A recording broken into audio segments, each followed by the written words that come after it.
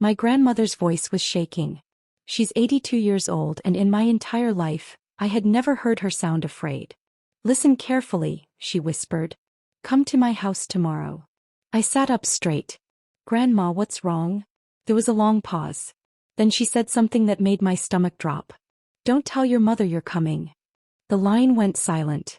First I thought someone was sick. Maybe there was a family emergency. Maybe Grandma had received bad news she didn't want spreading yet.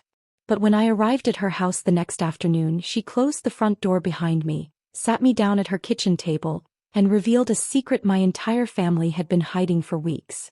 A secret that explained why I was the only person missing from my sister's birthday party. A secret that proved they hadn't forgotten me at all. Because what my parents did wasn't an accident. It was a decision. And they never expected me to find out. And before we continue, if you're enjoying the story, please take a moment to subscribe to the channel. It really helps us bring you more powerful stories like this. And I'm always curious, where are you watching from? Drop your country in the comments below.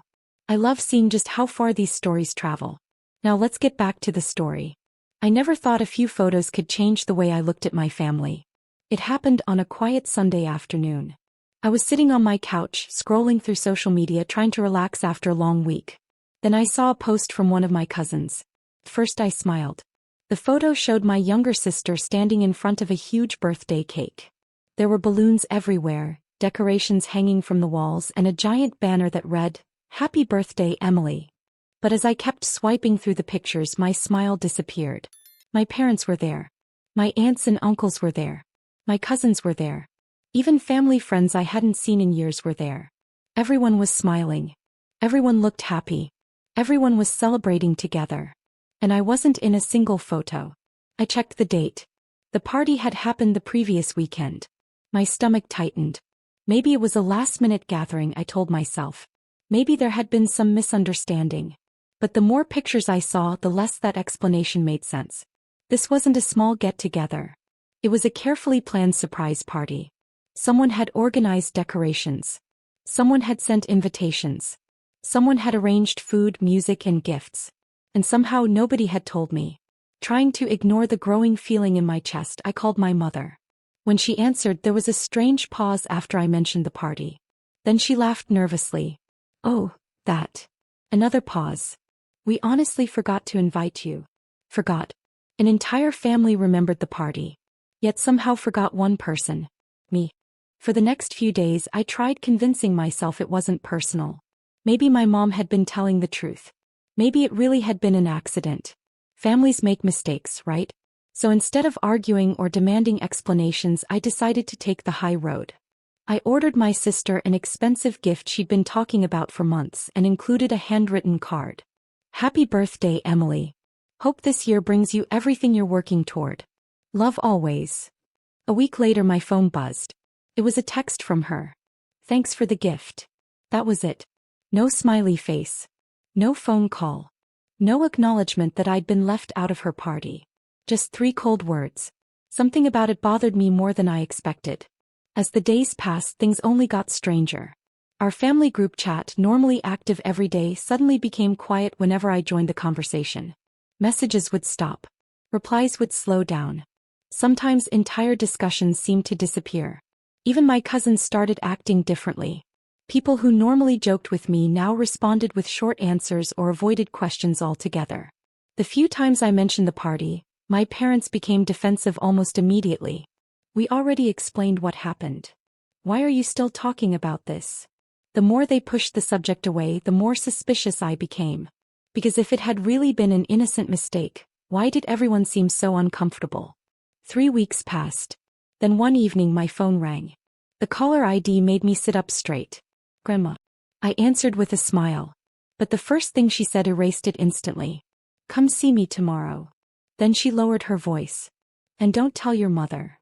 The next afternoon I drove to my grandmother's house with a knot in my stomach.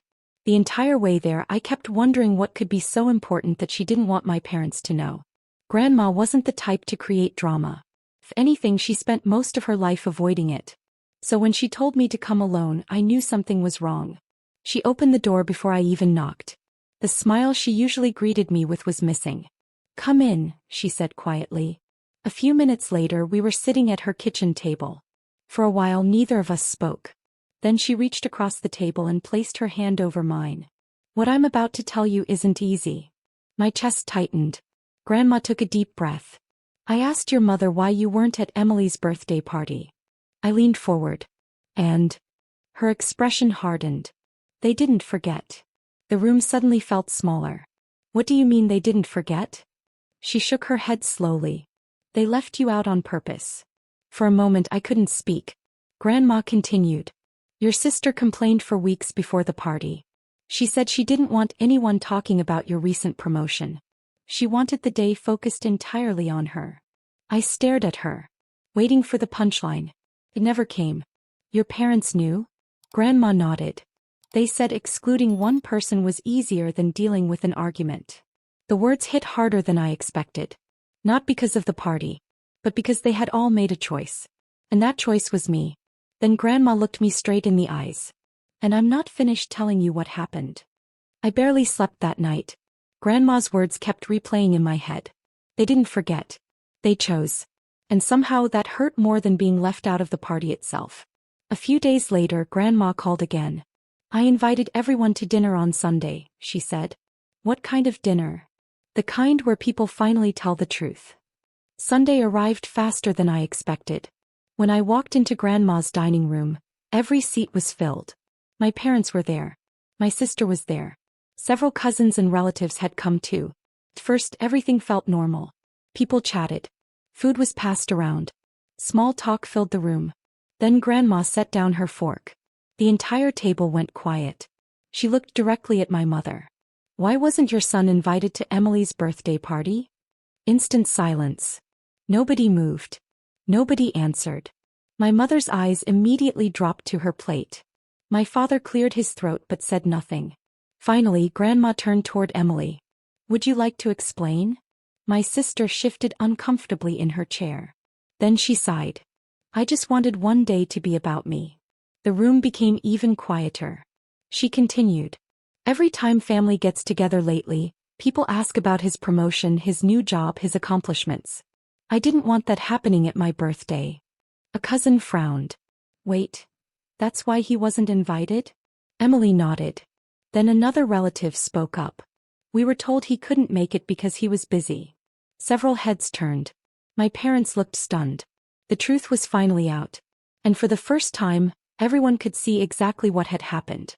The drive home from Grandma's dinner felt strangely peaceful. Not because I was happy, and not because everything had been fixed, but because the truth was finally out. For weeks I had questioned myself. Wondered if I was overreacting. Wondered if maybe I had misunderstood something. Now I knew exactly what had happened. The following week my parents asked to meet with me. For the first time since all of this started, they looked genuinely uncomfortable. My mother apologized first. Then my father. Neither of them tried to justify what they had done. They admitted they had made the wrong choice. Instead of having an honest conversation, they had taken the easy way out. And in doing so they had hurt someone they claimed to love. My sister was different. She apologized too, but it felt less certain. Like she was sorry for the consequences more than the decision itself. Maybe one day that would change. Maybe it wouldn't. Either way, that wasn't my responsibility anymore. What mattered was something Grandma told us before everyone left that dinner. Families aren't supposed to exclude people to keep the peace, she said. They're supposed to solve problems together. Those words stayed with me. I didn't cut anyone out of my life. But I did create healthier boundaries. I stopped chasing approval. Stopped pretending everything was fine when it wasn't. Over time, several relatives reached out privately. Some apologized. Others simply checked in more often. Relationships slowly improved. Trust took longer. But trust always does. And if there's one thing this experience taught me, it's this. Know your value. Because the people who truly care about you will never make you feel forgotten. Sometimes the people who hurt us most are the ones we trust the most. But your value is never determined by who includes you or excludes you. If this story resonated with you, let me know in the comments. What would you have done in my situation?